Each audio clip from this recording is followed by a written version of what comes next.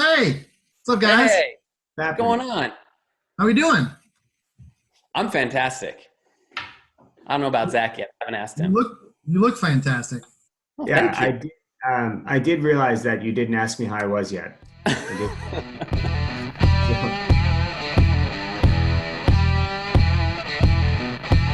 So, Hey, everybody. Welcome to the BLIP podcast, where we help agents build successful agencies.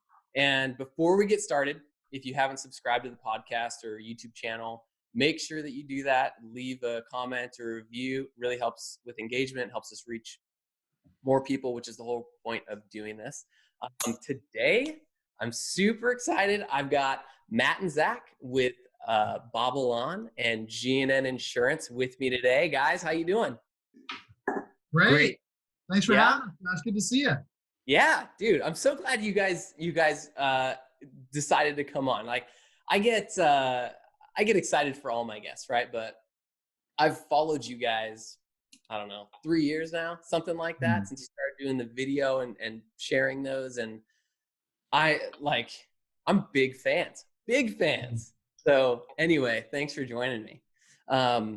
So I wanted to have you guys on because you are who you are, but also because you guys are doing this new thing, BobbleOn. So I just wanted to kind of start by, I guess, talking about that a little bit, but I'd love to rewind and kind of maybe start from where you guys kind of started and kind of how you got to where you are right now with what you guys are doing. So I know you guys were both at Liberty Mutual, kind of top producers in the same area, and you guys connected, and then you just jumped ship and started G&N Insurance, and it's kind of been a rocket ship ride, it seems like, to now. So anyway, if anything in there that you guys want to cover that I'm missing so far? Yeah, you told the entire story. I'm not sure what else you had. Yeah, I nailed it. I'm not even sure why you even had us on, frankly. I should, yeah. First off, Josh, thank you for those kind words. Zach and I both, we love the community. We love giving back. It's kind of what we've been really focused on the last 3 years. And I think a byproduct of that investment in the community is what you said is like, I know you guys, I've been following you guys. And, we appreciate those words. We're very humbled by it. And we love what we do. So we're excited to be on this, and don't look at this anything other than an opportunity. Yeah, man. Would I be stealing your thunder if I asked you for personal best? That's awesome. Yeah. No, I think that's great. Maddie, kick us off. Oh, I love that. Well, typically we have a few minutes to think about the personal best, but this past weekend, my personal best, Sadie and I, we've been running super hard this past couple of weeks professionally, and looking ahead the next 8 weeks professionally. And so weekends have been super precious to me. And this past weekend, Sadie and I, we watched a really crappy movie, and it will remain unnamed, but a really crappy movie. And I loved every minute of it because we didn't have to do anything else but just sit there and hang out and enjoy some R&R, hang out with Belle the dog, and just kind of relax a little bit, catch up on some much needed relaxation. So that was my highlight for the past week, Nice. watching a crappy movie. Love it. I can't believe you're not going to share the name. That's okay. No. Who knows who they know? It's true. They could be watching this right now. Yeah. My personal best, oddly enough, has to do with the movie as well. I do not get to see movies almost ever. So it was so hot this last weekend here. And Josh, I mean, you guys deal with heat all the time. But it was like the feels like temperature was like 107 to 110. It was off the charts. So we took after a pool party, we decided to take the kids to Toy Story 4. And it was Mason and Emma's very first movie. They'd never been in the movie theater before.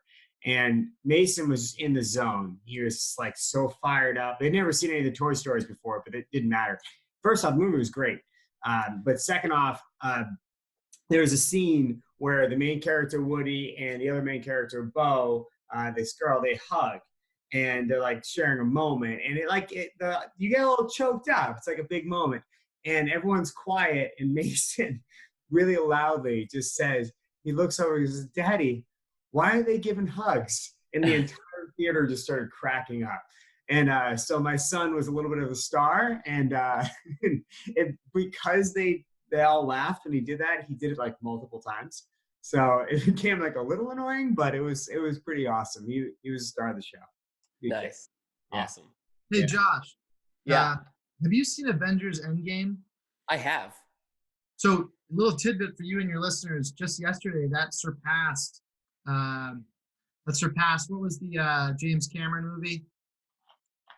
Avatar. Oh yeah, yeah. Like global box office sales, like something like 2.8 billion. Wow. So now James Cameron and whoever the producer was for Avengers Endgame and Infinity now hold 4 of the top 5 global box office hits. That's crazy, man. Yeah. Wow. That's your tidbit. Thank you. Yeah. Thank you. I wasn't even asking for that. Yeah. So I guess let's really get into it. No. You don't get off. You got to say the person. Yeah. All right. So, all right, I got mine. Okay. So I've been, it's only a personal best because this has been like a long process for me. So I'd be conservative if I said I was a fairly good handyman. Like I'm super handy. Like I do a ton of stuff, rebuild stuff, do stuff around the house, whatever. And so I've been installing pavers on the side of my house. And I could pay somebody to do it, but just, I don't know. I like having the finished product being like, yeah, I did that. It's great. So it's been everything always seems to take longer than I initially expect. And so last weekend, it was about 110 or so. And I was working outside for like 6 hours. And I pretty stubborn, and I just was like, I just want to get this done. So I was working outside. I drank a lot of water, but I didn't really take any breaks. So anyway, after about 6 hours, I started feeling sick, and I was like, oh man, I'm going to throw up. And I totally felt like I was going to throw up. I was like, I got to get out of this heat. And so I like went around the back door, and I opened our back door. And that was the last thing I remember. The next thing I remember is like, my wife is like on the phone with 911 and called the fire department, or called the 911, and they sent the fire department. So it was this huge ordeal, right? It's like I totally passed out for like 2-3 minutes from heat stroke. And, anyway, I was totally fine like 15 minutes later, but freaked out my wife. My kids were freaked out. So it was a really bad experience in that respect. So anyway, the pavers that I've been working on installing and all that kind of stuff, I basically finally got them finished this weekend. And so that was my personal best. Yeah, that's awesome. That's such a great personal best. The whole time I just felt like smiling. I think, Josh, there's 2 rules. One rule is that the personal best has to really be concise. Like it can be like a minute, but no more. And the second is it's super positive, it's uplifting. And I think you broke both of those. That's okay. We'll work through it. It's done. I'm so happy it's done. Isn't that part? Anyway. All right. Well, okay. So that was mine. This is my first time I've ever done a personal best. So now I know for next time. Yeah. Maybe we'll have a conference call, just the 3 of us next week, and we'll work on it. I'm in. And off air, I'll tell you the movie. Oh yes, please. Off air. Okay. Hey, to bring us back around, you kind of phrased it as like, hey, for those that may know the GNN story and the BobbleOn, learning a little bit more about BobbleOn. I think, we've been telling our GNN story either directly or indirectly through other publications, podcasts, our own blog, over the years. But really, at its core, it led to BobbleOn. So there's really 2 phases of GNN's history. The first phase was the first 4 years, and the second phase was the next 5. The first 4 was really like effective salesmanship, effective networking, effective sales. And so Zack and I really, that was like our emphasis. That was our focus. That's all our effort and energy went into, and it drove a lot of organic growth and opportunity. And I think we talked a lot about that over the years and how that really leveled up the company and pushed the company forward from nothing to a fast-growing small business. The second phase is really effective business ownership.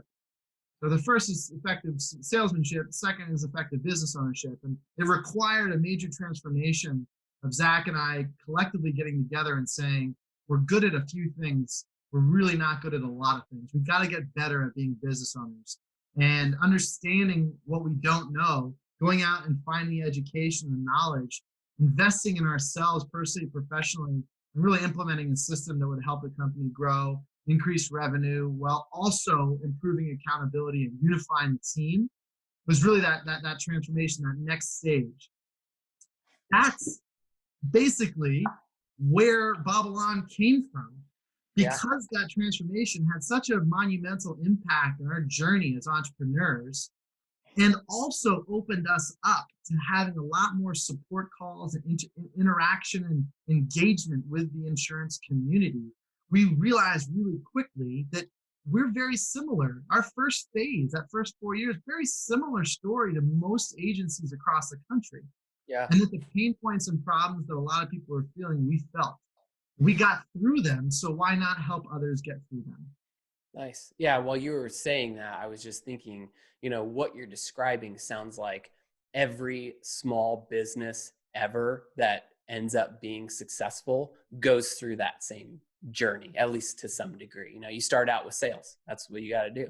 And then you work on the actual leadership piece. So, but I love it. But, I think one of the things is you guys have had so much success with GNN that it gives you all that street cred that people are like, hey, these guys get it. They've seen you grow. They've seen you guys basically give the information away as to what you're doing and how you're being successful on it. It was a major need in the industry, and you guys just came in at the right time and filled it. So to go back to what Matt said, I think that the more I'm kind of reading about like how to get companies from good to great and how companies like kind of kickstart and get going is you start as a generalist and you become niche based on getting rid of things that you just really don't like. And you're not necessarily, it doesn't really like, it doesn't really make you like excited during the day. So we talk a lot about specializing in a niche, and that's a lot of what we did well at GNN. But the misconception is that we came in and just said, we're going to be for homeowners and we're going to network in real estate and mortgage. And that's just not the case. We came in as a generalist, as not everybody should, but as most people should. You should try a lot of things and you should see what works for you. The problem we think that most people are having in that space is that they stay as generalists. They start as generalists and then they stay right there. And the natural thing Matt and I hear very often is, I can't possibly I can't possibly not do XYZ. I can't possibly not sell bonds to realtors because I make $50 on that. Like, and they need me. They where else would they go? Where Matt and I were going on that trajectory, and then we stopped after 2 years because we realized being a generalist means you're a specialist to nobody. And we focused on real estate in about 2011, and that's when the shift happened. So what, I know you kind of touched on it now already a little bit as to kind of what brought you to starting BobbleOn, going through the journey you guys are going on now. But was there like a 6-month lead up time or a year lead up time or something where you guys were talking about it, thinking like this is the direction we should go? Or was it just like an epiphany? Well, a lot of businesses start because they see an opportunity to create sales and revenue and capitalize on that opportunity. BobbleOn was created because we saw pain, significant pain, and we knew how to remove it. And we didn't really, when we were talking early on, we were like, you know what, GNN's doing really well. We can go take this national. We can continue to grow vertically. We can consider both, but we've got a lot of bandwidth, and we have a lot of bandwidth because of that transformation into really effective business owners. So there's a lot of pain that we were feeling for months and months. Individuals would call us, engage with us, we'd have conversations, and the same stuff would keep popping up over and over and over again, whether it was a solopreneur who was just starting, a team leader, a manager, someone that had been in business for 10, 15 years and hit ceilings, or third, fourth generation agency owners. It was all the same problems: lack of structure, lack of organization, and all the accountability rolled up to the entrepreneur, to the business owner. And we knew how to help remove that pain, and that's what really kind of pushed us forward to BobbleOn, is that we weren't looking at this as like, this will make us billions of dollars. It was, this will remove a crap ton of pain, and if we can get it right, the revenue will follow. Yeah. And we knew that the first iteration, second iteration, third iteration was not going to be the thing that really blew it up. But we weren't really focused on that. It's like, let's get tangible, let's get in person, let's really focus on helping business owners and their teams increase their revenue by just creating amazing structure and organization, which will in turn improve their accountability and unify their team. And that's where it started. That's why we started, and that's where we're at. So what does it look like when someone hires you? Like, what do you guys do? Do you come in? Is it virtual? Are there options, to go virtually, or, have you guys come in? What does it look like? Yeah, we have a few different as it stands today, but the majority of our clients like to either come to see us in the Boston area, and they bring their leadership team, or they bring as many people from their team as they can, or we go to them. And a lot of the reasons why we do that in the early stages of the relationship is because people hire us about 3 to 5 times a year, and we charge per workshop right now in the current model. Okay. But what we find is that a lot of entrepreneurs, they'll come, they're like, you know what, Matt, like I had a major problem with Sally. Sally just sucks. She doesn't care, this, that, and the other. And then then we go meet Sally or Jeff, and we're like, no, like Sally and Jeff don't suck like you do. Like, that's the problem right there. And like, then we realize that they're not given the responsibilities. They don't understand the hope. They don't have goals. They don't have weekly structured meetings. There's so much going on. So it's really the entrepreneur, manager, or leader's fault. So we really like to touch and feel that. But we are, in the second half of the year, going to be doing a much more virtual product via either Zoom meetings or via online courses, or however people can digest the content, because it's more important for Matt and I to get the message out. But in the beginning, man, like every product, you got to touch and feel it. You got to see what's working, what's not. I can't imagine a world where like I'm unleashing with Matt a online product first. Yeah. You got to figure it out, work on the kinks for a little while, and then whatever the market decides, the market decides. When we were starting, Josh, we look at it as like we've got to get at least 20 or 30 clients hands-on in person, whether they're at their location or at ours, and really work through it, test it out, make tweaks, pivot, kill certain things that we thought were important, edit other things that we didn't think were important, and get it to a point where we knew there was significant value, where we were charging 1/10 of what we actually should have been charging. Yeah. And then, and only then, could we get to the point where we're rolling this out in a more virtual, digital environment. It's the right thing to do. It's the right thing to do for our clients. Yeah. What struggles do you find? I mean, I guess I should say, are there any kind of common struggles that you run across that seems to be a common theme with the businesses that you're dealing with? Yeah. Yeah, I think, Matt and I see the same thing with every single team. There's no goals.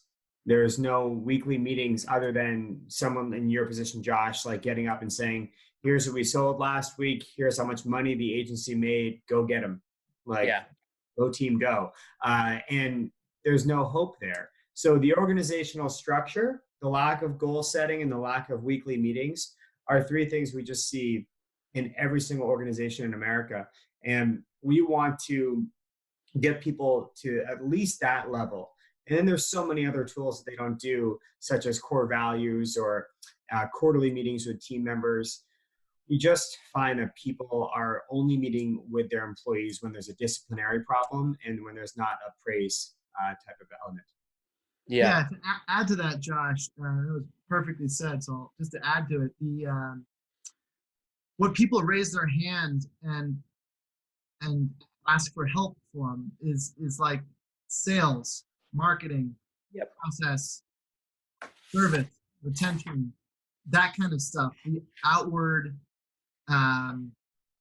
insurance related components of the business. Yeah. But in reality, the cause of all those problems, those are all byproducts of the core issue, which is the lack of organizational structure, and then a way for us to know where we're headed, how we're going to get there, the roadmap, and make sure that everyone in the organization is working on the business. Because we hear this all the time, like it's important to work on the business, not just in it. But there isn't a lot of training out there. There's not a lot of education out there about how to go work on the business and how to do so with the team, not just you as the entrepreneur. And that's really what BobbleOn's all about. It's like, it's teaching you how collectively to create that roadmap to work on the business as a team. You create so much more momentum with less energy. So it helps clients get to where they want to go with less pain and half the time. So I'm going to ask you a question about one of the things you said. So weekly meetings, it's something that I've heard a lot of people like bash on, right? Like meetings, everyone's in meetings all the time. They don't do anything. How do you change that to having those meetings be productive and not just monotonous? Yeah, Josh, you did a podcast where you said you woke up at 5 o'clock all the time and you ran 5 miles, right? I know a lot of people who bash on waking up at 5 a.m. and running 5 miles. So why did you do it? Totally. It works for me. Yeah, and that's what we're saying. Is that like, you kind of figure out a system. Now you talked about, I'm just using you as an example because I thought you did an excellent job like going through it. You talked about when you woke up at 5 and you just checked Facebook or checked emails, it sucked. And you're like, why am I waking up at 5 all the time? Yep. That's how Matt and I view weekly meetings. Is yes, if you just do weekly meetings, it's going to feel like waking up and checking Facebook at 5 a.m. You're just going to want to go back to bed. It's unproductive. Like, who cares? And then you're just going to say, like, why am I even bothering it? But if you have as you talked about, if you have a specific structure in your weekly meetings, people know why they're attending, they come prepared, and they come ready to share back and forth and engage. And that's what Matt and I's weekly structured meeting is it just makes people excited. I agree with you, and I know Matt agrees with you too. Weekly meetings are just they're just done so ineffectively. There's no other way. I'm trying to phrase it without swearing. It's done so ineffectively, and I'll not let Matt go on that. No, they're either one of two things. It's like weekly meetings are either hated because they're the biggest waste of company time and employee resources, or if they're structured the right way, explained the right way, and involve everyone actively, they're looked at as like the most important time. And if it's not held, there's chaos that will ensue. So everyone looks forward to the structured meeting and saying, this is when we're going to get done. And that's the key difference. It's like, it's flipping the switch from this is a time waste to, wow, I can't imagine running a business without this in place. Nice. Well, where do you guys see, I know you said, doing more virtual digital stuff with BobbleOn in the next, 6 months or so, getting that direction. Do you guys have like 5-year goals laid out for the business? And like, where do you guys see it going? Like, other than being more digital, like, what are you guys trying to accomplish with it? Matt keeps like a flip chart, like, those cartoons where it's like, and like that should describe it. But no, Matt, I don't know if you want to touch on that a little bit. Yeah. We're not, we intentionally don't go 5 years out. It changes so rapidly early on. It's so hard to do. Much. Yeah. We're just trying to stay like very much in the moment and say like, are we creating tremendous value, impactful value right now for everyone that we're talking to? And then are we taking steps forward so that in the next year we can really make progress towards rolling this out to a larger audience? There's 38,000 insurance agencies. There's probably a market size of 10,000 that would really engage with a digital product and get a lot of benefit and value from it. Yeah. That's the market size in insurance, but nothing that we talk about, nothing that we teach. at its core has insurance related material. Okay. We roll out and help core processes for every major department within an insurance agency because we've done that at GNN, and that brings tremendous value. But that's really the only piece of the puzzle that is insurance related. So any business owner, construction worker, plumbing operation, a small local fitness center, it all benefit from the principles. So where it could go is fun to think about. Well, we only spend like 1% of our time there because they'll never get there unless we really create the value right now. Nice. Yeah, and Josh, to look at it as a different way too, there's this old adage, like, do you know how far you can see when you like stand and look out at the ocean? Do you know how many miles? I don't know. You can, they say if you're 6 feet tall, which I don't have the pleasure of knowing, but they say if you're 6 feet tall, you can see exactly 2.9 miles into the sea. Okay. That's it. Okay. Now, that's kind of how Matt and I view a lot of times with goals and vision is like, you can really only predict kind of a little ways. And whenever Matt and I have set a 5 or 10 year goal, we've crushed it in like 2 or 3 years. And it's not because we're excellent. It's just because setting goals that far out is kind of hard. Yeah. I know you went over in your podcast how you do it personally. I think it's really great. But how Matt and I kind of view it is we're not sure if we want to take this to 100 or 200 clients and just go super uber deep and have tons of meetings per year, or if you want to do the massive scale of as many companies as possible. It's where do you find joy and fulfillment, and what does the market want? Really? Yeah. Cool. Hey, when's the book coming out? When are you guys, when's that coming out? Well, Anything? I'm sure Matt already has a rough draft at some point. Yeah. Sure, you got something going on. When it makes sense. Yeah. I think unless no knock on anyone that's ever created a book, I think we both think it's great. We both talked about it for many years. There's 6 different topics that we feel like we could write a really good, solid business building book and operational excellence and that kind of stuff. But we have to do it only because it's strategically the right thing to do for the company, and we feel like it'll bring a lot of value in the right way, not just to do it. So saying like you're a best-selling author is cool, but who is it helping? Is it serving you or is it serving your audience? And so if we feel like a book would really help serve the audience and really help amplify the product value, then we do it tomorrow. But until then, we're not going to do it just to serve us. Yeah. How does everybody who releases books, like anybody who releases a book is a best-selling author? Like, how does that happen? I mean, is there? That's good. Well, it's Amazon bestseller, not New York Times, right? Good point.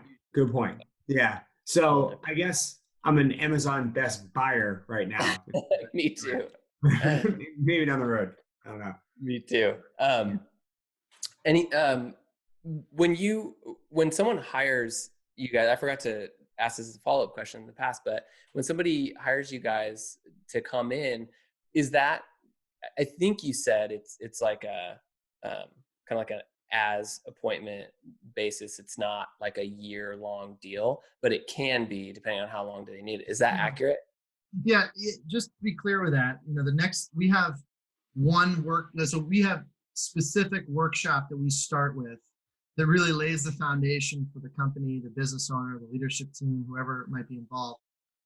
And that's essential to be in place first in order for us to layer more and more tools, systems, and processes on moving forward, helping them really get through where have we been, where are we headed, let's reset and go more.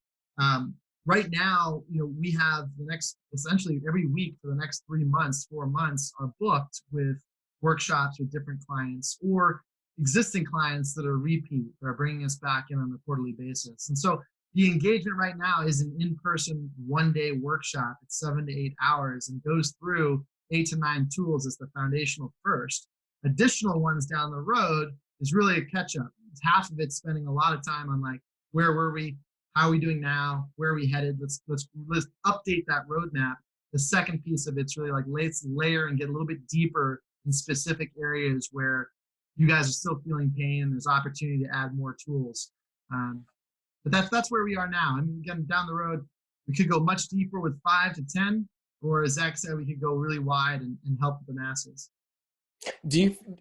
Are you finding that Or when you meet with people, is it like, here's the roadmap, this is how you become successful in what you're doing, or more successful in what you're doing, or is it specific to each agency and their makeup? Yeah, the general structure of how we go through workshops is not customed exactly to the client, but what we do, and Matt takes them through a process in the beginning where we find out a lot of basic questions and then tailor the structure based to their business. So Nice. we're always going to take people through the exact same process, but it is going to be structured because a solopreneur just has different needs than a 50-person agency. Oh, yeah, totally. And one common example we find is that when you have a team of 5+, a leadership team really hasn't been formed. And that could be one of the biggest gaps that you have from a business from 5 to 25 people, is they just don't have other leaders other than the entrepreneur itself, which Matt talked about earlier, about how all issues come up to the leader. And that's just a common thing that we're going to tailor the workshop differently to that business owner than a solopreneur. And Josh, just to add to that, I think, what's important for people to know if they're listening is, what does the outcome look like at the end of the workshop? Because I get, you come in and you have your process, you go through it. You're not telling us what we're doing wrong. You're educating us on how to help ourselves and work together as a team moving forward. So at the end of the day, the first workshop that really lays the foundation, every single client has actionable steps. They're on a train that started and they can't get off. And that's the beauty of BobbleOn. It's not about coming in and being rah, rah, rah, motivate you. And then we leave and we say, good luck, I hope you do well. And then things fall apart because the day-to-day happens again. We implement this system, it creates a snowball with the client and then pushes it down the hill. So you can't stop it. And by the end of the day, you have a one-page document that runs your entire professional world, that the entire company knows about and uses on a day-to-day, weekly basis, updating it live with everything. Annual goals and quarterly targets and weekly measurables, issues lists, all types of brush fire. I mean, there's tons of things on that one page that is really the roadmap for the company moving forward. I think that's why at the end, the client really feels empowered, because they're like, oh, not only did we get a lot done and I got educated on the tools, but we already have a plan of attack and support calls scheduled with you guys moving forward to remove any major hurdles and obstacles. Awesome. Do you guys find, one thing I know that is true with me, and I know it's true with a lot of other business owners, is going the direction that you guys are, but why people are hiring you. There's apprehension, at least, I would feel that. I would feel a little scared. It's different from what we've been doing. Do you find that people are past that, ready to go by the time you guys get there? Or is that something that you have to work through? I think that's something we're going to have to work through every time. And I love it. I think that whenever, fear, they say, is like mostly external, not internal. Like you're not actually like really, really sincerely afraid. You're just kind of a little adverse to change on the outside.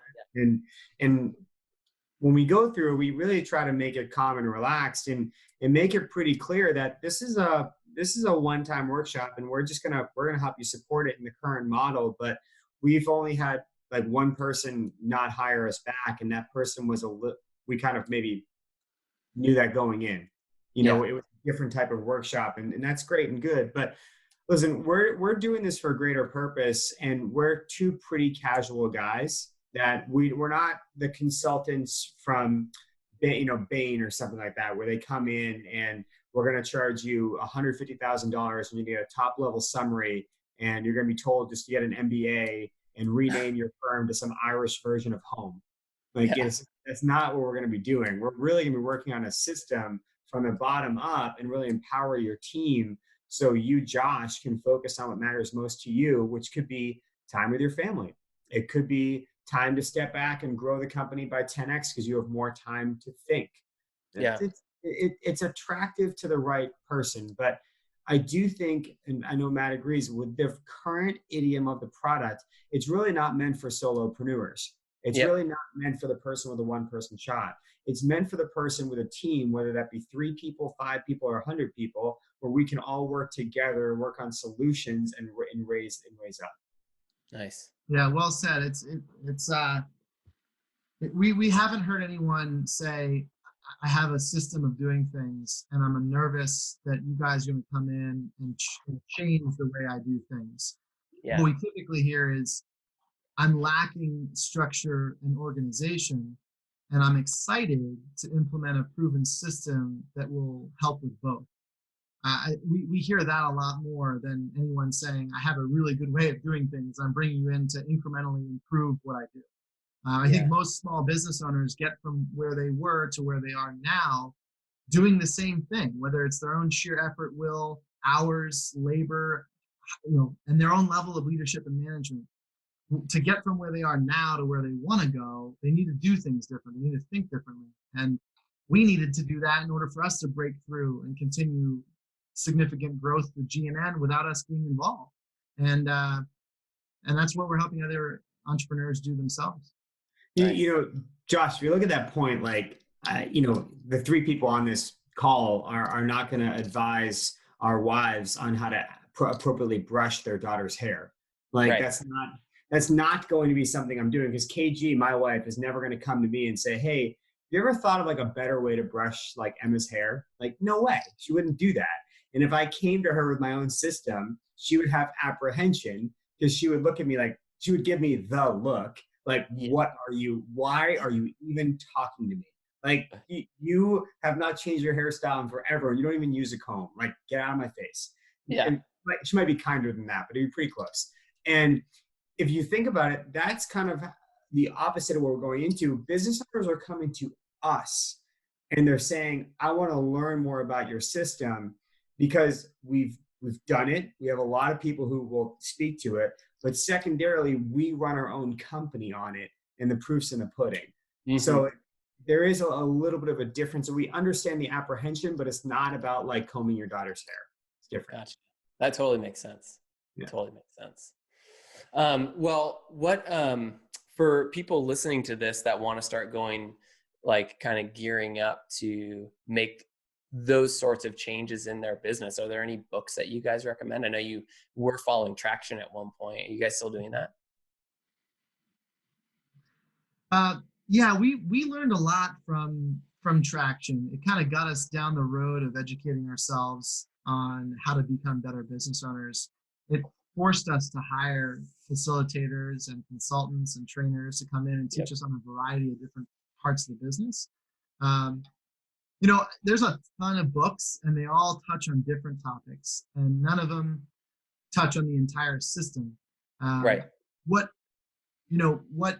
Zack, I don't know how you feel about this, but we both love the book Radical Candor, because it really helps teams as a whole communicate better as a group and not spend so much time in the care, but be more direct. It helped our team a ton, and it's a short, easy read with a concept that's pretty easy to implement and get across the organization. But again, that's communication, building trust, and efficiency with communication. When it comes to systematic implementation of a new system, there's not a lot of books out there that talk a lot about the how, and that's why we started doing workshops. I think if people are interested in evaluating whether or not it's right for them, it's just scheduling a call. And we have a proven process ourselves that we focus on, and it starts with a call, evaluating really what they need, what they're looking for, their frustrations, talking a little bit about what the workshop looks like and what they're going to have afterwards, and then figuring out if it's right for them and scheduling it. And where oh, go ahead. Oh, no, ask that question. Go ahead. Oh, no, I was just going to say, where can people, go to schedule that call? Where can people find you? Yeah, BobbleOn.com, kind of catchy. It's like the only option on the website is just to schedule a call. And we want it that way because we just want to have a conversation, figure out a little bit more about who the entrepreneur is, what their story is, their background, what they're looking for. So nice. BobbleOn.com is the website. Love it. Zack, what were you going to say? Yeah, I was just to answer your question directly, like what book would you recommend? I mean, a book that's a little bit like a little different. I love Matt's recommendation on radical candor. That definitely works for teams. It's super important for communication. Another book is, which maybe many of your listeners have read before, is Never Split the Difference. And I think that is a very different book for insurance agents, because we sell a need, not a want. And the product that Matt and I dove into with BobbleOn, it's a want, not a need. You don't necessarily need to hire anybody to run a business.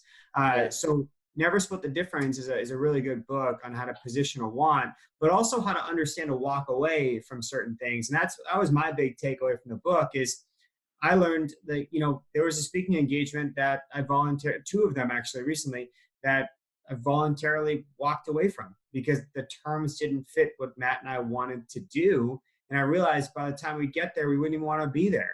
Like, it doesn't fit what we want to do. So Never Split the Difference really kind of reframed my mind and kind of helped me understand it. That's a great book. Who is that? Voss? Is that Chris Voss. Chris Voss. Yeah. That was a great book. I did like got that. A lot of good. He's done a lot of podcasts too. He did the podcast circuit pretty recently, maybe to increase the bestseller list. But I think I feel like half the people I listened to on podcasts he was on. He wasn't on a little known podcast called BobbleOn, but not yet. Not yet. Yeah. That Radical Candor, that's on my list. It's going to be one of my next books. So I'm glad to hear you suggest that. But guys, anything else you want to leave?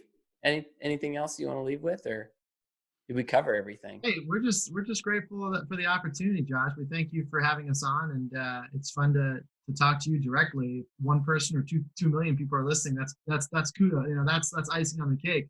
It's great to chat with you and share our story a little bit and engage. So we appreciate it. We're humbled for the opportunity, and we really appreciate the opportunity to talk a little bit about our story. Yeah. And for those of you who don't know, Matt and Zack host a podcast too, and it's called BobbleOn. Is it the BobbleOn podcast, or is it BobbleOn? I think it's BobbleOn. BobbleOn. You probably can't go wrong with searching for BobbleOn. I don't know too many that are in there, but it's amazing information. At least the first 6 months of the podcast is great info, super actionable. And then I'm excited for the second 6 months. So keep up what you guys are doing, man. Great stuff for the industry. Really, really appreciate you guys coming on and taking your time away from other things you could be doing. So anyway, everyone, again, thank you so much for listening. One more time, if you have not subscribed, please do so, and leave a comment. I want to hear, DM me too. Personally, you can find me on Facebook. I really, really want to know what value you're getting, or if you're not, let me know that too. I mean, shoot, I'm here to help you. So anyway, thank you guys again. Thank you everyone for listening, and we'll catch you next week.